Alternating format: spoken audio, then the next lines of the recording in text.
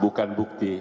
Dasarnya jurisprudensi 803K 1970. Bukti adalah apa yang dinyatakan dalam pasal 184 dan 185 KUHP yang dibuktikan di persidangan. Kalau ngomong omon-omon aja bisa bukti, semua orang bisa masuk penjara. Itu cuma sekian. Dan saya sudah... Oke, kembali lagi bersama saya di Movila. Kali ini saya ada informasi terbaru lagi ya, di mana tim pembela Prabowo Gibran itu membeberkan terkait situasi dan perkembangan hasil daripada sidang perdana sengketa Pilpres 2024 hari ini, tepatnya 27 Maret 2024 di Mahkamah Konstitusi. Pernyataan-pernyataan yang disampaikan oleh tim pembela Prabowo Gibran itu rupanya sangat menarik dan menantang tim pembela 01 dan 03 atas apa yang menjadi laporan-laporan mereka kepada MK.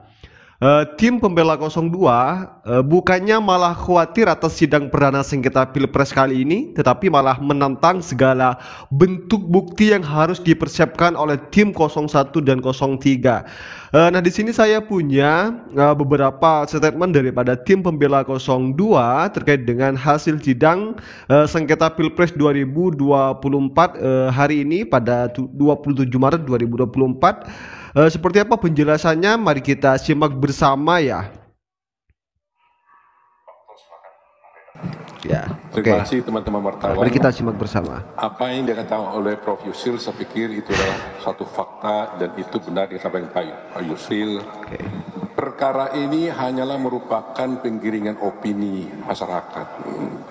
Coba kita bayangkan ya. Cuma hanya penggiringan opini masyarakat. Suatu pengujian undang-undang. Ini adalah sengketa. Ya, sengketa Pilpres. Kalau namanya sengketa, ada pihaknya. Pihak termohonnya itu KPU. Tetapi tidak ada satupun saya lihat di sana itu yang dipersoalkan tentang apa yang dilakukan oleh KPU. KPU tidak ada dipersoalkan. Yang dipersoalkan justru adalah persoalan yang adalah tindakan-tindakan dari pemerintah dan presiden yang tidak merupakan pihak di dalam perkara ini. Ini kan aneh nih. Bahkan juga tidak ada dipersoalkan juga ada kesalahan dari paslon nomor 2. Jadi posisi paslon nomor 2 sangat benar. Tidak ada satupun yang dipersalahkan perbuatan dari paslon nomor 2. Justru yang dipersoalkan adalah yang dilakukan oleh pemerintah yang sebenarnya tidak ada kaitannya dengan perkara ini karena dia tidak pihak. Ya kan? Dia tidak pihak di dalam perkara ini. Jadi terlihat memang ini adalah upaya-upaya yang subjektif dari pihak pemohon untuk mendiskreditkan pemerintah, khususnya Pak Presiden, dan secara pribadi juga untuk Pak Gibran Raka Buming Raka. Ini pokok daripada permohonan ini. Jadi sama sekali. Mari kita simak ya kata per kata dengan statement Bapak ini. Ini adalah tim pembela 02 Prabowo Gibran. Bahkan dia tidak menjadi terkait, tapi dia yang dibicarakan sehingga tidak relevan dalam perkara ini. Kita cerita antara KPU dengan pemohon, tapi yang diceritain perbuatan orang lain. Jadi ini saya kira ini pasti tidak akan diterima oleh Mahkamah Konstitusi, ya. Jadi saya yakin betul itu, ya. Silakan Pak Ahmad. Ini dua senior sudah kasih, tapi Bang saya Faris saja. Dalam sejarah karir saya, inilah contoh surat permohonan dan atau sejenis gugatan yang paling mengambang. Yang digugat apa? Yang dibahas bansos.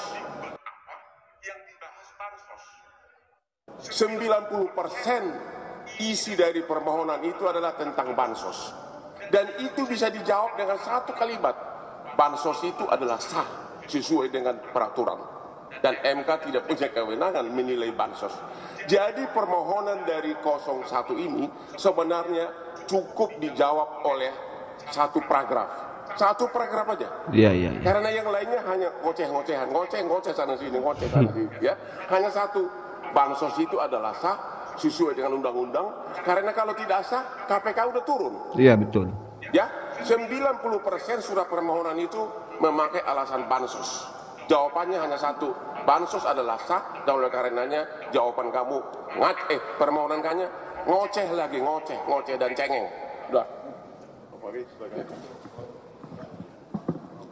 Ya, terima kasih. Saya Fahri Bahmid. Oke. Wakil Ketua Tim Hukum. Wakil Ketua Tim Hukum Pembela Prabowo Gibran. Profesor Otto Hasibuan. Saya menambahkan beberapa hal saja. Kami bahagia dengan permohonan yang telah dibacakan secara bergantian oleh Bambang Wijayanto dan beberapa teman tadi. Sedianya kami berpikir yang disampaikan, opini awal yang disampaikan oleh Bapak Anies Baswedan itu sebagai sebuah opini pembuka, tetapi ternyata opini itu dilanjutkan dengan yang disampaikan oleh Bambang Wijayanto dan Pak Amir. Ya.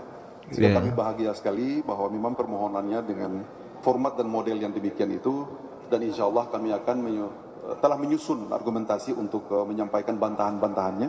Tadi sudah disepakati bahwa persidangan selanjutnya akan digelar pada besok pukul 13 dengan agenda untuk mendengarkan jawaban dari pihak terkait dan pihak termohon tentunya. Kami meyakini sungguh bahwa semua argumentasi yang akan kami kemukakan nanti tentunya sejalan dengan apa yang menjadi kewenangan dan yurisdiksi absolut daripada kewenangan Mahkamah Konstitusi, bahwa pada hakikatnya Mahkamah Konstitusi tidak mengadili soal-soal di luar itu, tidak mengadili soal-soal yang berkaitan dengan asumsi dan hipotesa, tetapi Mahkamah Konstitusi akan fokus kepada kewenangan konstitusionalnya untuk mengadili hasil. Dan seperti yang kita dengar tadi dari awal pembacaan permohonan sampai dengan kesimpulan dan petitum, tidak ada sama sekali sesuatu apapun yang berkaitan dengan kewenangan ataupun yurisdiksi dari Mahkamah Konstitusi. Dengan demikian kami sangat happy dengan permohonan yang demikian itu, dan selanjutnya kami akan menjawab sesuai dengan kewenangan yang telah diberikan oleh Mahkamah Konstitusi dalam sesi penyampaian jawaban dan eksepsi yang akan kami kemukakan besok hari di Mahkamah Konstitusi. Terima kasih dari saya. Oke, dilanjut. Kalau saya katakan narasi bukan bukti, dasarnya jurisprudensi 803K 1970. Bukti adalah apa yang dinyatakan dalam pasal 184 dan 185 KUHP yang dibuktikan di persidangan. Kalau ngomong omon-omon aja bisa bukti, semua orang bisa masuk penjara. Itu cuma sekian. Dan saya sudah membuat penelitian, putusan-putusan dikatakanlah Pilpres dan Pilkada, itu buktinya semua putusan pengadilan, karena normanya ada dihukum kalau melanggar. Terima kasih.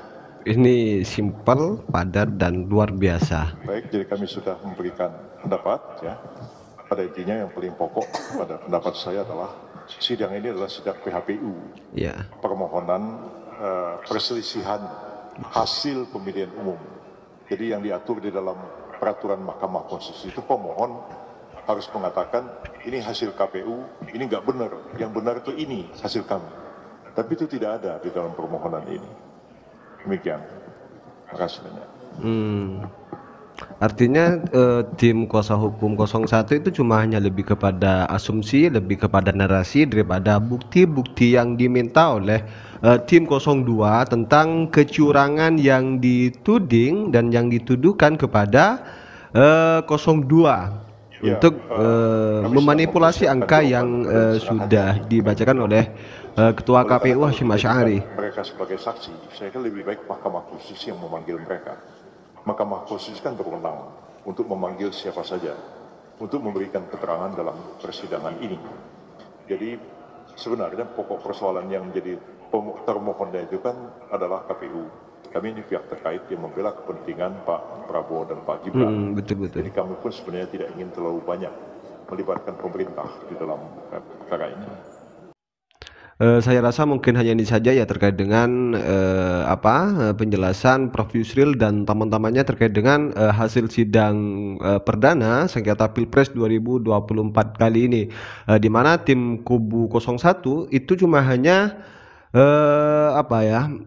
berbentuk asumsi atau narasi yang dibangun untuk mematahkan dan mengulang hasil Pilpres 2024 kali ini. Nah, sedangkan yang dibutuhkan oleh tim 02 dan juga oleh Ketua MK itu bukti yang konkret, bukti yang nyata untuk merubah situasi ini. Nah, sedangkan yang ditunjukkan oleh tim 01 itu cuma hanya berbentuk narasi yang tidak kuat menurut laporan yang ada.